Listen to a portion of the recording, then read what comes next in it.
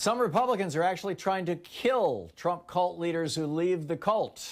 Republican elected officials are getting death threats. Welcome to the world created by the far right. Check it out. Leave your comments, ding the bell, share it with your friends, and subscribe to our channel. There's a pile of other stuff here that I just want to bounce off you. And, after the break, I'll pick up your phone calls and your thoughts on these issues, because this is real stuff. I mean, this is America right now. This is the America that the Republican Party's hard turn to the right in the 1960s through the 1980s, and then the Democratic Party's hard turn to the right in 1992 as a result of the Republican Party killing the unions. I mean, Bill Clinton honestly had a problem in 91 when he was planning on running for president. The unions could no longer fund a presidential run. They just didn't have the money. Reagan saw to that. And so where was he going to get the money to become president? I mean, there wasn't an internet at that time. I mean, there sort of was, but it was CompuServe and AOL. You couldn't, use it for massive fundraising stuff. And so what do you do?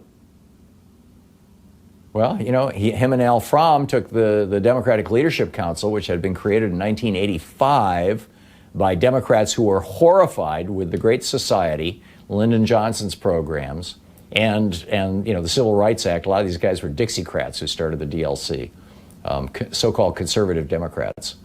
You know what that means. And, Bill Clinton and Al Fromm basically took over the DLC, reinvented it, and said, and now we call it the Third Way or the New Democrats, and said, we'll become the Democrats who take money from corporations. We'll compete with the Republicans on the same, we're going to level the playing field. He had no choice. The internet didn't become really a thing that could be used to raise to raise money until the mid-2000s. And Obama wrote it to the White House. But, this is what happened.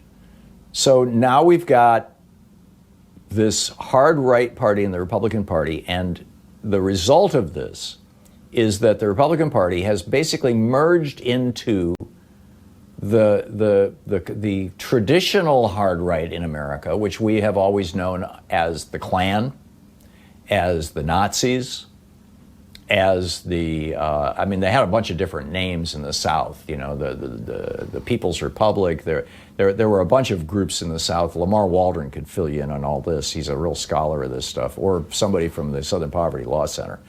But here we are. And what does it produce? Well, here we go.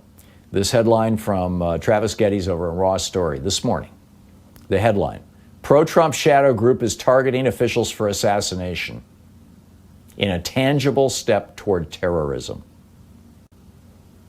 A pro-Trump group has called for the assassination of Chris Krebs, the former director of cybersecurity and the Information Security Agency at the federal government, and others who they say stole the election. This is from a statement by, it says Walden said. It doesn't identify who Walden is. We became aware tonight that a shadow group has launched a campaign on a website called Enemies of the People, proposing the assassination of various Republican and Democratic leaders who they falsely claim are complicit in manipulating the 2020 presidential election. Now, Krebs, the guy who used to work in the federal government to make sure that we had the most, he's the one who said we just had the most secure election in history. For that, Donald Trump fired him, and now they're targeting him for assassination, literally. He has sued the Trump campaign and its attorney, Joe DeGeneva, who publicly came out and said Krebs should, quote, be taken out at dawn and shot. And now they're targeting Brad Raffensperger, the Republican Secretary of State in Georgia. Trump, on Thanksgiving Day, said, I understand the Secretary of State is really, really an enemy of the people. Well, that was the phrase Stalin used whenever he identified somebody to be assassinated or to be taken, or to be imprisoned and executed by the state. Literally. I'm reading From Russia with Love right now by Ian Fleming, the novel. Somebody recommended it to me on Twitter, and I was like, oh, that's interesting. I've never read any of those novels. I love the movies. And it's amazing. It's just an amazing book. I always thought Ian Fleming was a hack writer. This is really good. But anyway,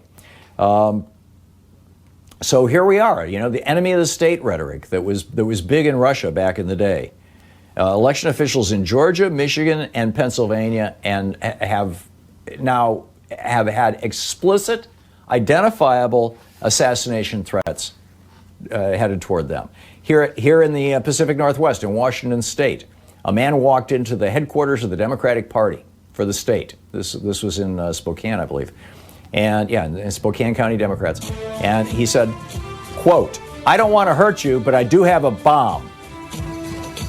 Please read this manifesto and share it widely." And then he started a fire inside the Democratic Party headquarters for the state, which did significant damage while they were waiting for the police to come get this guy who said he had a bomb and he was going to blow them up. I mean, this is what the Republicans have brought us to.